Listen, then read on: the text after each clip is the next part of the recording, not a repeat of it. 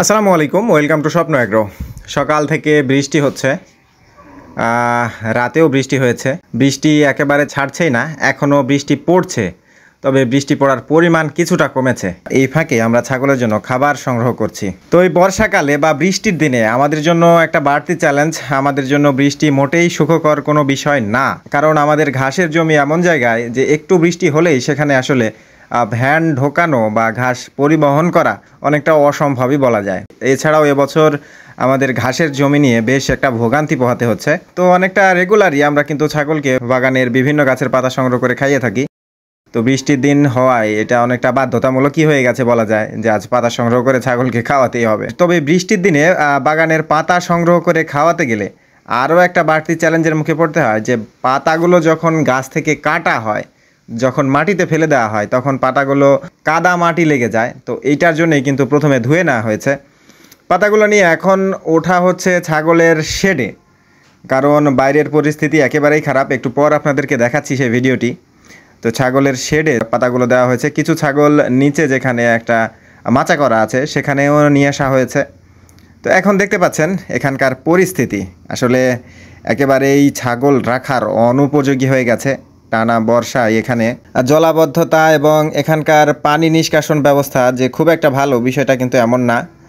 আর মাটির পরিস্থিতিও খুবই খারাপ, এখানে পা ফেলা যাচ্ছে না, এরকম একটা পরিস্থিতি। তো এইটা আসলে এই সম্মুখ সাইডটা পাকা করে দিতে পারলে হয়তোবা এই ঝামেলা থেকে মুক্তি পাওয়া সম্ভব। তো এবছর এখন আর সম্ভব না, যেহেতু বর্ষা সিজন চলছে। এই সিজনে পাকা করতে গেলে দেখা যাচ্ছে বৃষ্টি এসে আবার নষ্ট হয়ে যাবে। আগামী বছর আল্লাহ যদি চায় একটা ব্যবস্থা করব ইনশাল্লাহ। তো এবছর কিন্তু এভাবেই ভোগান্তি পোহাতে হবে।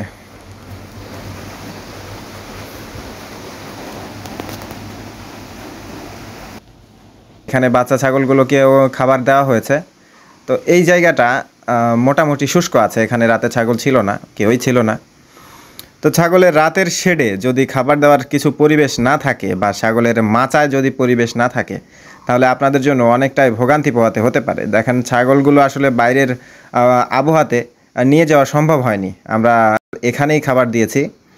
তো এইখানে কিন্তু মাচার উপর অনেকটাই শুষ্ক, কিছুটা ভেজা ভেজা থাকতে পারে, যেহেতু সারা রাত এখানে ছিল ওরা। এখন প্রাকৃতিক দুর্যোগকালীন সময়ে ওদেরকে দিনেও এখানেই রাখতে হচ্ছে।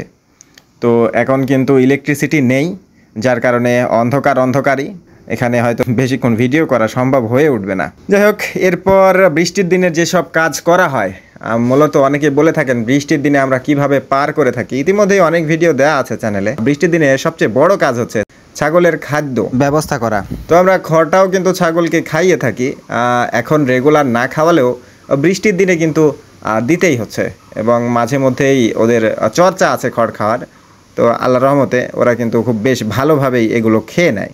তো এখানে খড়টা কাটা হচ্ছে, বস্তা মুখে বেঁধে দিলে এক্সট্রা করে আর বস্তায় ওঠাতে হয় না, যার কারণে একটা সুবিধা পাওয়া যায়। তবে এখানে কিছু অসুবিধাও রয়েছে। বস্তা যদি মুখে বেঁধে দেওয়া হয় তখন অনেকটা জাম হয়ে যায়, ওইটাকে আবার ছুটিয়ে দিতে হয়।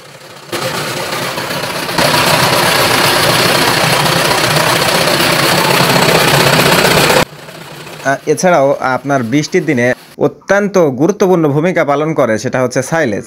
আপনার কাছে যদি সাইলেজ থাকে, আমাদের এই সাইলেজটা বেশ ভালোই খায় ছাগল। তো আপনার কাছে যদি সাইলেজ থাকে, বৃষ্টির দিনে এক্সট্রা ভোগান্তি পোহাতে হবে না, আপনার একবেলা কিন্তু এই সাইলেজ খাইয়েই পার করে দিতে পারবেন। তো এইটা কিন্তু বৃষ্টির দিনে আমাদের মতো খামারিদের একটা ভালো উপায়। অনেক খামার আছে যেগুলো খামারের আশেপাশেই ঘাসের জমি, তো একটু ভেজা ভেজা ঘাস হলেও তাজা তাজা ঘাস কিন্তু ছাগল খেয়ে নেয়।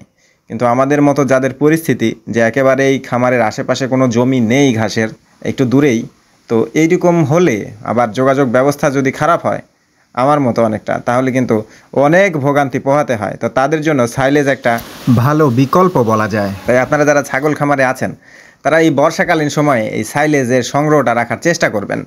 অনেকে খড় খাওয়াতে চান না, বা একদিক দিয়ে বলতে গেলে খড় খাওয়ানোটা উচিত না, তো তারা কিন্তু এই সাইলেজটা ব্যবহার করতে পারেন। তো তেমন কিছুই না, সাইলেজে আমাদের বরাবরের যে খড় দেওয়ার যে রেসিপি বা প্রতিদিন যেভাবে সাইলেজটা দিয়ে থাকি এখন, তো সেরকম করেই কিন্তু এখানে মেখে দেওয়া হবে।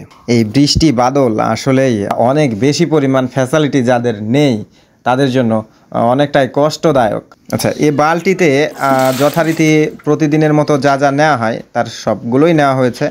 এখন এগুলো মিশ্রিত করে নেওয়া হচ্ছে।